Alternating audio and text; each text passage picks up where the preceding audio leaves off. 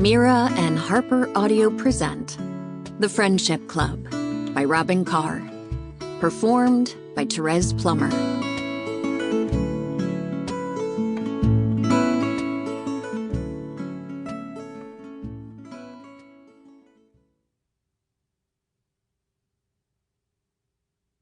One. "And that's a wrap," the director said. "I think I have everything I need.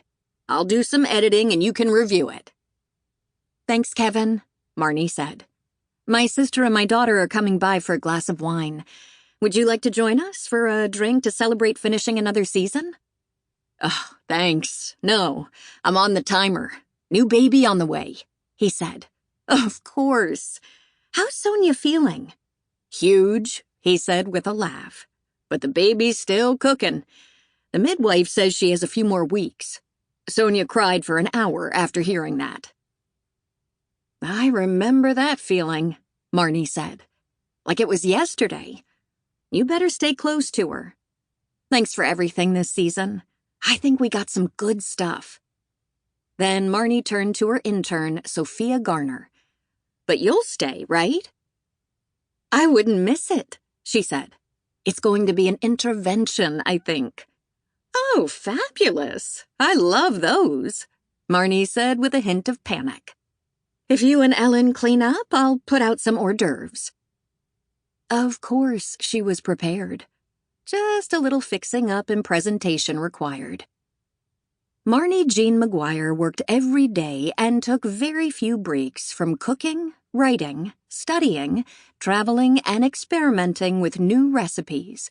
But they only filmed the segments of her show 60 days a year. But filming was intense. Twice a year they'd film for 30 days over 6 weeks, enough for 2 seasons. She hosted one of the most popular cooking shows on a cable network.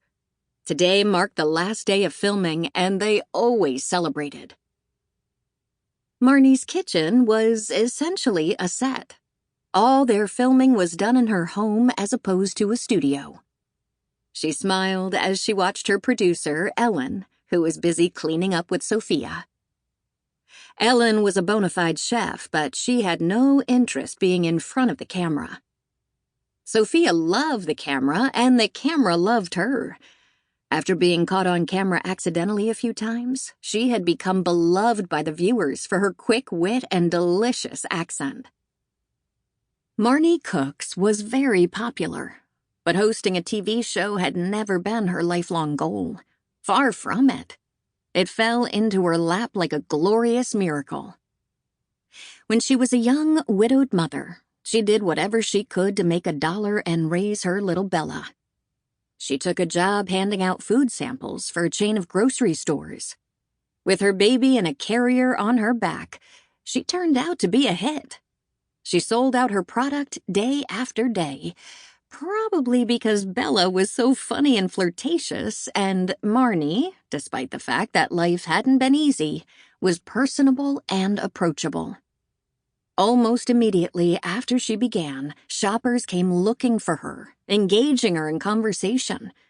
They gave her good reviews and told store managers how much they liked her. Once, she filled in for a product demonstrator for the same grocery chain, showing interested patrons how to slice, dice, shred, spiral, and chop vegetables. Again, Bella rode along. Childcare was impossibly expensive. Her sense of humor and ease with being in front of a small audience charmed people, including the producer from a television station.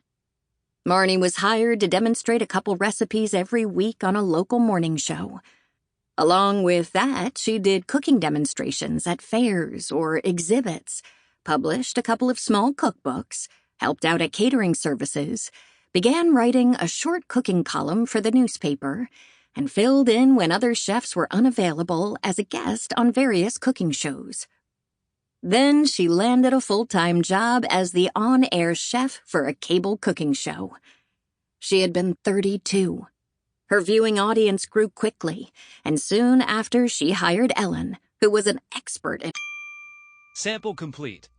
Ready to continue?